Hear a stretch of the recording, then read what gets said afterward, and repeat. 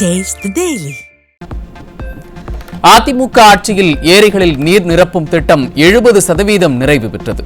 திமுக ஆட்சிக்கு வந்து 42 மாதங்களாகியும் ஏரிகளில் உபரி நீர் நிரப்பும் திட்டத்தை முழுமையாக நிறைவேற்றவில்லை என அதிமுக பொதுச் செயலாளர் குற்றச்சாட்டு.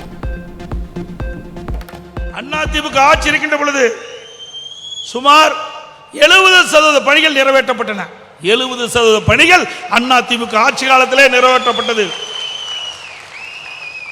எஞ்சிய 30% பணிகள் சில இடத்திலே நில எடுப்பு பணி,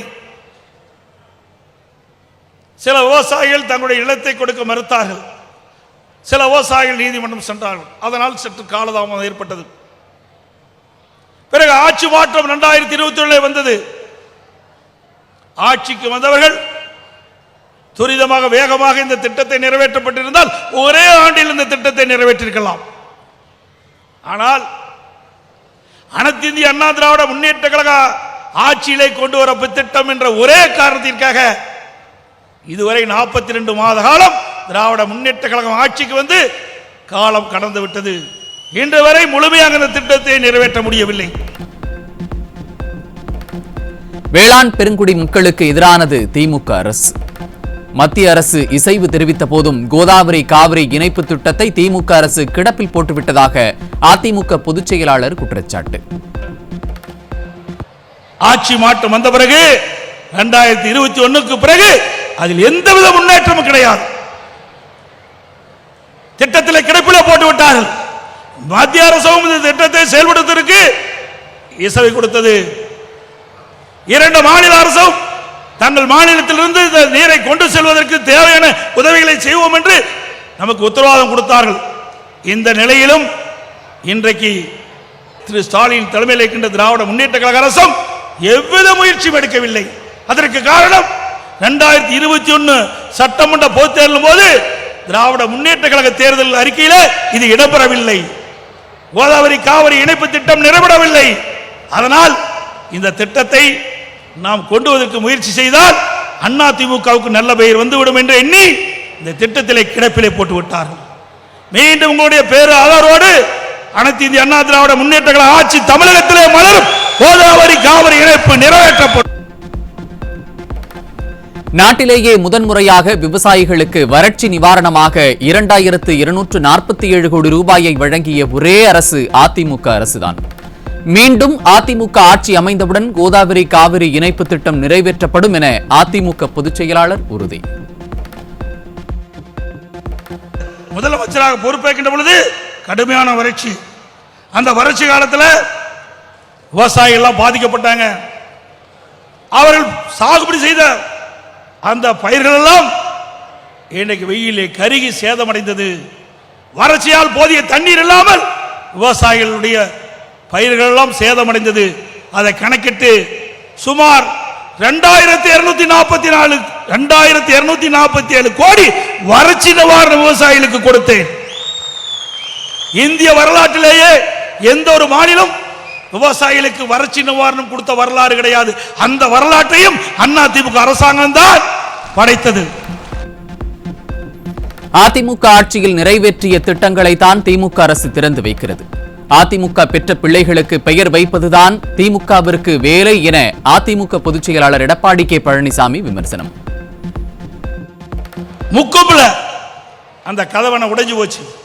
உடனடியாக அதற்கு தேவையான நிதி ஒதுக்கி அந்த அணையை கட்டி கொடுத்தோம். இப்ப இந்த திமுக ஆட்சிக்கு வந்த பிறகுதான் திறந்திருக்கிறாங்க. சிந்திச்சு பாருங்க. அணை கட்டியது நாம், திறந்தது திமுக. நாம் பெற்ற பிள்ளைக்கு பெயர் வைக்கின்றதா ஸ்டாலினுடைய வேலை. நாம் பெற்ற பிள்ளைக்கு பெயர் வைக்கின்ற நிலையில் தான் ஸ்டாலின் இருக்கிறார். எல்லா திட்டமும் இன்றைக்கு கொண்டு வந்த திட்டங்கள், பெரும்பாலான திட்டங்கள் அதிமுக ஆட்சியிலே நிறைவேற்றப்பட்ட திட்டங்கள் என்பதை நாட்டு மக்கள் அறிய வேண்டும். பொதுமக்களின் வரிப்பணத்தை விரயம் செய்து 82 கோடி ரூபாயில் நடுக்கடலில் பேனா நினைவு சின்னம் தேவையா? அரசாங்கத்தின் பணம் உங்கள் சொந்த பணமா என அதிமுக பொதுச் செயலாளர் எடப்பாடி கே பழனிசாமி கேள்வி. என்ன அரசாங்கத்தினுடைய பணம் உங்களுடைய சொந்த பணமா? மக்களுடைய பணம். உடைய தாத்தாவுக்கு திரு கருணாநிதி அவர்களுக்கு நினைவு மண்டபம் கட்டினீங்க, ரைட். ஒரு முதலமைச்சர் இருந்தாரு, ஒரு கட்சியுடைய தலைவராக இருந்தாரு, கட்டு ரைட். அவருக்கு 82 கோடி ரூபாயில நடுக்கடல்ல கொண்டு பேனா வைக்கிறீங்க. எழுதாத பேனா எங்க வச்சா என்ன? அதற்கு 82 கோடி தேவையா? அரசாங்கத்துடைய பணம் எப்படி வீணடிக்கிறார் என்பதை எண்ணி பார்க்க வேண்டும். இதைத்தான் நான் கண்டிக்கிறோம். ஏன் உங்களுக்கு பேனா வைக்க வேண்டும் என்று உங்களுக்கு எண்ணம் இருந்தா திரு கருணாநிதி அடக்கம் செய்த நினைவு மண்டபத்திற்கு பகுதியிலே பக்கத்திலே ஒரு 2 கோடியில் ஒரு பேனா வச்சுட்டு போங்களே. ஏன் 82 கோடி ரூபாய் விவசாயிகள் இருந்தது பொதுமக்களிடத்திலிருந்து வசூலித்த வரி பணத்தின் மூலமாக 82 கோடி செலவழிக்கிறீங்க வீணா? ஸ்டாலினின் திமுக ஆட்சியில் எல்லா துறைகளிலும் ஊழல் நடைபெறுகிறது. ஊழல் மலிந்த அரசாக திமுக அரசு விளங்குகிறது. பாஜகவுடன் திமுக மறைமுக கூட்டணி வைத்துள்ளது. கூட்டணி வைக்கவில்லை என்றால் கொள்ளையடித்த பணத்திற்கு சிக்கல் வந்துவிடும் என அதிமுக பொதுச் செயலாளர் பேச்சு. இன்றைக்கு எல்லா துறையிலும் ஊழல் நடந்து கொண்டிருக்கிறது. ஊழல் நடக்காத துறையே இல்லை. எல்லா துறையிலும் ஊழல் நடக்குது. லஞ்சம் இல்லாத துறையே கிடையாது. ஊழல் மலிந்த அரசாங்கமாக இன்றைக்கு திமுக அரசு திகழ்ந்து கொண்டிருக்கிறது. அண்ணா திமுக ஆட்சி மலர்கின்ற பொழுது இதற்கெல்லாம் திரு ஸ்டாலின் பதில் சொல்லியே ஆக வேண்டும் என்பதை தெரிவித்துக் கொள்கிறேன். நீட் தேர்வை ரத்து செய்யப்படும் என்றார்கள். 42 மாத காலம் ஆகிவிட்டது. நீட் தேர்விலிருந்து இதுவரை விலக்கு கிடைக்கவில்லை. அதிமுக பொதுச் செயலாளர் குற்றச்சாட்டு. தேர்தல் நேரத்தில் என்ன சொன்னீங்க? ஆட்சிக்கு வந்தவுடன் முதல் கையெழுத்து நீட் தேர்வு ரத்து செய்யப்படும். 42 மாதம் உருண்டு ஓடிவிட்டது. இன்னும் நீட் தேர்வுக்கு விலக்கு கிடைக்கல. அதுக்கு பிறகு உதயநிதி பேசினார், நீட் தேர்வு ரத்து செய்வதற்கு எங்களுக்கு ரகசியம் இருக்கிறார். 42 மாத காலமா அந்த ரகசியத்தை மூடி வச்சிருக்கிற, சீக்கிரம் ரகசியத்தை வெளியிடு, நீட் தேர்வு ரத்தாகட்டும். எப்படியெல்லாம் மக்களை பொய் பேசி மக்களை ஏமாற்றி ஆட்சிக்கு வந்து என்பது இது ஒன்னே போதும். நீங்க தான் பொய்யர், நாங்கல்ல. 110 கோடி ரூபாய் செலவில் கார் பந்தயம் தேவையா? இதற்குத்தான் மக்கள் வாக்களித்தனரா? ஸ்டாலினின் திமுக அரசுக்கு அதிமுக பொதுச் செயலாளர் சரமாரி கேள்வி. அதற்கு மேலாக கார் பந்தயம், நாட்டுக்கு கார் தேவையா? கார் பந்தயம் தேவையா? இங்க இருக்கிறவங்களுக்கு பல பேருக்கு காலுக்கு போட செருப்பு கூட இல்லாத இருக்கிறார். நம்முடைய விவசாயி, நம்முடைய பெண் தொழிலாளர்கள் வெயிலையும் மழையிலையும் இரவென்று பகலொன்று பாராம ரத்தத்தை வேர்வையாக சிந்தி உழைக்கின்ற அந்த பெண்களுக்கு காலுக்கு காலணி கூட இல்லாத இருக்கிற நேரத்தில் நூற்றுக்கணக்கான கோடி செலவு செய்து கார் பந்தயம் நடத்த வேணுமா? அதுக்கு தான் நீங்க அரசாங்கம் நடத்துறீங்களா? அதுக்கு தான் உங்களுக்கு ஓட்டு போட்டு மக்கள் வந்து உங்களை ஆட்சி அதிகாரத்தில் அமர்த்துறீங்களா? இதை கேட்டா கோபம் வருது. நேற்று பெய்த மழையில் இன்று முளைத்த விஷக்காளான் தான் உதயநிதி. கருணாநிதியின் பேரன், ஸ்டாலினின் மகன் என்ற அடிப்படையில் உதயநிதி துணை முதலமைச்சராகி உள்ளார் என அதிமுக பொதுச் செயலாளர் பேச்சு. அது மட்டுமல்ல, திரு உதயநிதி அவர்களே, நேற்று பெய்த மழையில் இன்று முளைத்த விஷக்காளான் நீங்கள் என்பதை மறந்து விடாதீர்கள். நீங்களே எங்களுக்கு அறிவுரை சொல்ற. அண்ணா திமுகவில் 50 ஆண்டு காலம் இந்த கட்சியில இருந்து பணியாற்றியவன், பல்வேறு நிலையில இருந்து பல்வேறு பொறுப்புகளை பெற்று பணியாற்றியவன் திரு கருணாநிதி முதலமைச்சர், பிறகு அவருடைய மகன் திரு ஸ்டாலின் முதலமைச்சர், இப்போ திரு உதயநிதி, திரு கருணாநிதி பேரன் திரு ஸ்டாலினுடைய மகன் துணை முதலமைச்சர். எந்த தகுதியின் அடிப்படையிலே உங்களுக்கு பொறுப்பு கிடைக்கப்பட்டது? என்ன திமுக உழைத்து விட்டீர்கள்? எத்தனை முறை திராவிட முன்னேற்ற கழக போராட்டத்தில் கலந்து கொண்டு சிறை சென்றீர்கள்? அதிமுக ஆட்சியில் கொண்டுவரப்பட்ட திட்டங்களை திமுக அரசு அரசியல் காழ்ப்புணர்ச்சியால் நிறைவேற்றவில்லை. அதிமுக பொதுச் செயலாளர் எடப்பாடி கே பழனிசாமி குற்றச்சாட்டு. 50 ஆண்டு காலம் போராடிட்டு இருந்தாங்க. 1652 கோடி ரூபாயில அத்திக்கடவு அவனாசி திட்டத்தை நானே அடிக்கல் நாட்டினேன். கிட்டத்தட்ட 85% பணி நிறைவேற்றப்பட்டது. அதற்கு பிறகு ஆட்சி மாற்றம் 2021 திரு ஸ்டாலின் தலைமையிலே திமுக அரசாங்கம் ஏற்பட்டது. ஆட்சிக்கு வந்த பிறகு அண்ணா திமுக ஆட்சியிலே தொடங்கப்பட்ட திட்டம் என்ற காரணத்திற்காக இன்றைய அளவு வரை இன்று வரை அந்த திட்டம் முழுமை பெறவில்லை. அரசியல் காழ்ப்புணர்ச்சி. விவசாயிகளுக்கு இந்த அரசு எதுவும் நன்மை செய்யவில்லை. நன்மை செய்யாட்டி பரவாயில்லை. ஏற்கனவே இருந்த அரசாங்கம் விவசாயியுடைய பிரச்சனை தீர்ப்பதற்காக போடப்பட்ட திட்டத்தை குறித்த காலத்திலே நிறைவேற்றப்பட்டிருந்தால் விவசாயிகள் மகிழ்ச்சி பெற்றிருப்பார்கள். ஈரோடு மாவட்டம் சென்னிமலையில் சுதந்திர போராட்ட தியாகி திருப்பூர் குமரன் சிலைக்கு அதிமுக பொதுச் செயலாளர் எடப்பாடி கே பழனிசாமி மாலை அணிவித்து மரியாதை. சென்னிமலையில் கழக கொடியேற்றி வைத்த கழக பொதுச் செயலாளருக்கு முன்னாள் அமைச்சர் SP வேலுமணி, பொள்ளாச்சி ஜெயராமன் உள்ளிட்ட கழக நிர்வாகிகள் உற்சாக வரவேற்பு.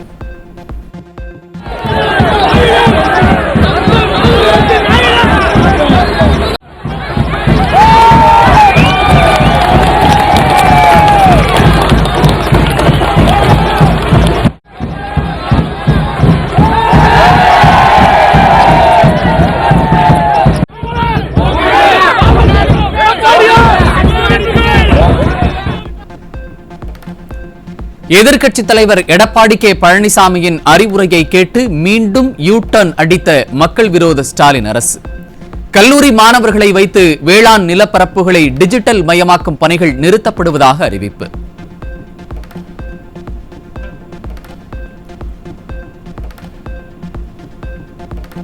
திறனற்ற ஸ்டாலின் ஆட்சியில் மாணவர்கள் திறன் மேம்பாடு என விளம்பரம் தேடப்பட்ட நான் முதல்வன் திட்டத்தின் அவல நிலை. 2022-23 ஆண்டில் திறன் மேம்பாட்டில் 10 லட்சம் மாணவர்கள் பயனடைந்ததாக தம்பட்டம் அடித்த நிலையில் கல்லூரிகளுக்கும் தனியார் பயிற்சி நிறுவனங்களுக்கும் இடையே தகவல் பரிமாற்றம் இல்லாத அவலம்.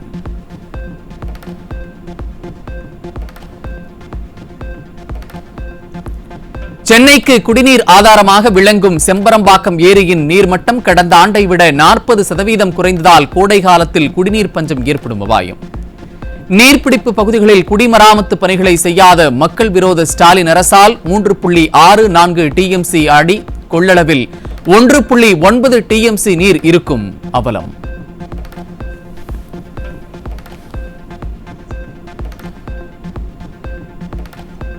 கடலூர் மாவட்டம் கங்கராங்குப்பம் பகுதியில் முழங்கால் அளவிற்கு குடியிருப்புகளை சூழ்ந்த மழைநீர்.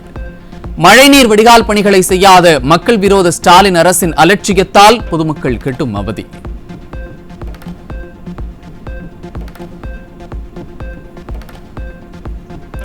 தருமபுரி அருகே 3 லட்சம் மதிப்பிலான 1 டன் குட்கா போதைப்பொருள் சிக்கியது. திமுக ஆட்சியில் ஏவல்துறை மீது சிறிதும் பயமில்லாமல் போதைப் பொருட்கள் கடத்தப்படுவதாக மக்கள் விமர்சனம்.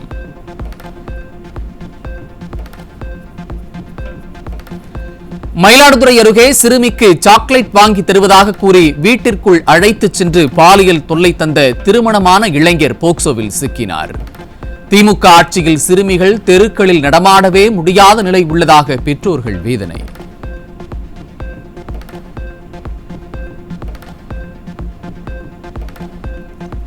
திருப்பூர் மாவட்டம் ராக்கியாபாளையம் பகுதியில் அரசு பேருந்து பழுதாகி பாதி வழியில் நின்றதால் பயணிகள் அவதி. தகரடப்பா பேருந்துகளை இயக்கும் பித்தளை அரசால் கடும் அவதிக்கு ஆளாவதாக மக்கள் குமுறல்.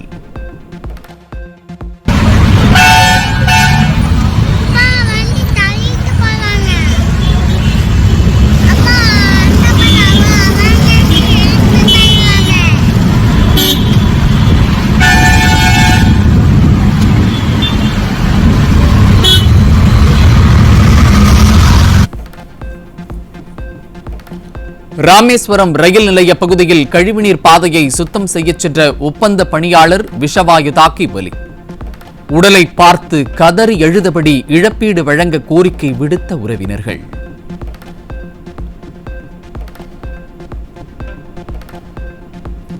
சேலம் மாவட்டம் ஏற்காட்டில் ஏராளமான சுற்றுலா பயணிகள் கடும் பனிமூட்டத்தில் படகு சவாரி செய்து மகிழ்ச்சி. ஏற்காட்டில் நிலவி வரும் குளிர்ச்சியான சூழலை அனுபவித்து குதூகலம்.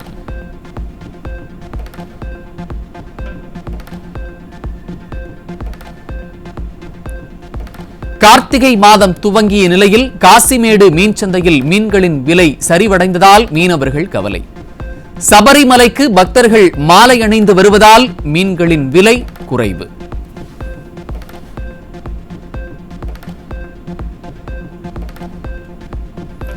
ஒடிசா மாநிலம் அப்துல் கலாம் தீவிலிருந்து விண்ணில் சீறி பாய்ந்த நீண்ட தூரம் பயணம் செய்து தாக்கும் ஹைப்பர்சோனிக் ஏவுகணை. இலக்கை துல்லியமாக தாக்கி வரலாற்று சாதனை படைத்த இஸ்ரோவுக்கு பலரும் பாராட்டு. 3, 2, 1 Now.